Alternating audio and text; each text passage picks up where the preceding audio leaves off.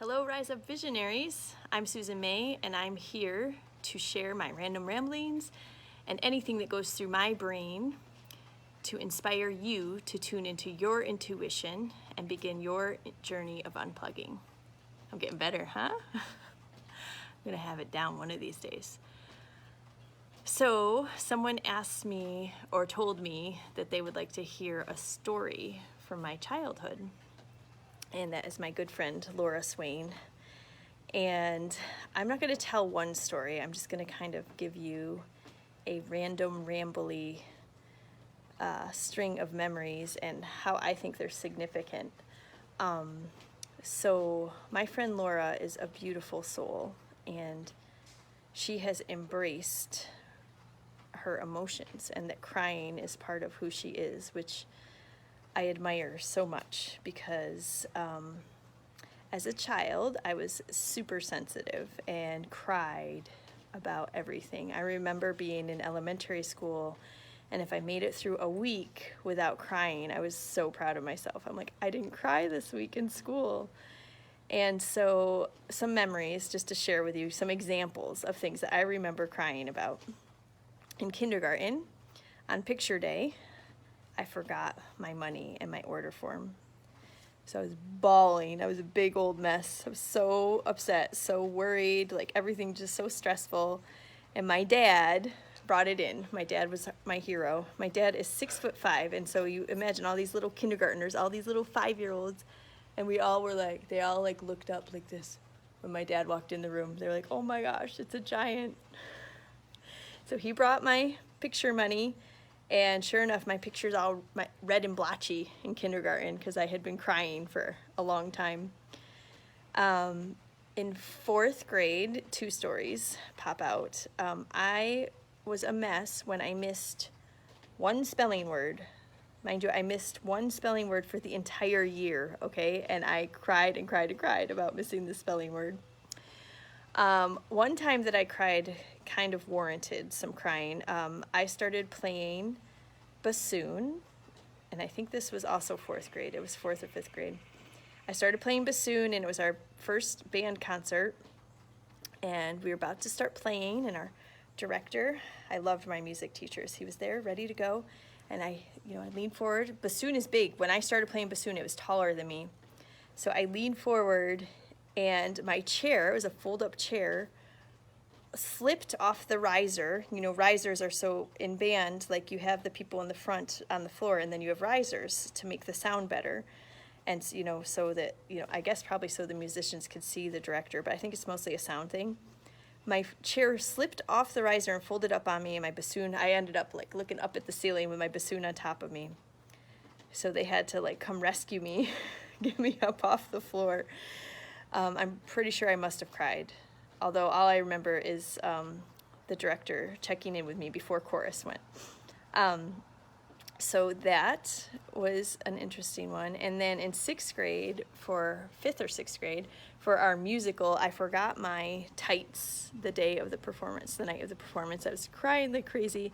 And one of the teachers thought there must be a problem at home for me to be so upset. Like she thought it couldn't just be about the tights, that like, my parents must be fighting or I must have some trauma. And I remember looking at her like, no, I'm really just crying about my tights. Like, my family life is great. So that's a good segue. My childhood was, I cannot complain. I grew up on a farm. I grew up with my immediate family, my parents and my sister. We lived in one house, and then there was a house literally, like, I don't even know, I can't even tell you how far, but very close on the same property where my cousins lived. My aunt and my uncle and my 3 cousins and my grandma until she passed away. And so I had this really wonderful childhood where I had always had playmates. We were always outside. So much love and support. We had family dinners on Sunday at my grandma's house. My grandma would cook dinner. Lasagna was a favorite. And we all, after church on Sundays, would all eat together. So yeah, it's interesting. What I always think is interesting is that while I had... Oh my gosh, do you hear that noise? That is Carter's, one of Carter's sound puzzles are out here drying out. So Anyways, I think it's interesting that I had a very, like, ideal childhood, yet my memories are of things that were emotionally difficult for me, which makes sense because our memories are very much tied to strong emotions. But anyways, this is another story I want to share about my childhood. Is when I was in 6th grade, so you can see we're going through the elementary school years. These are probably about all the memories I have because I don't have a ton.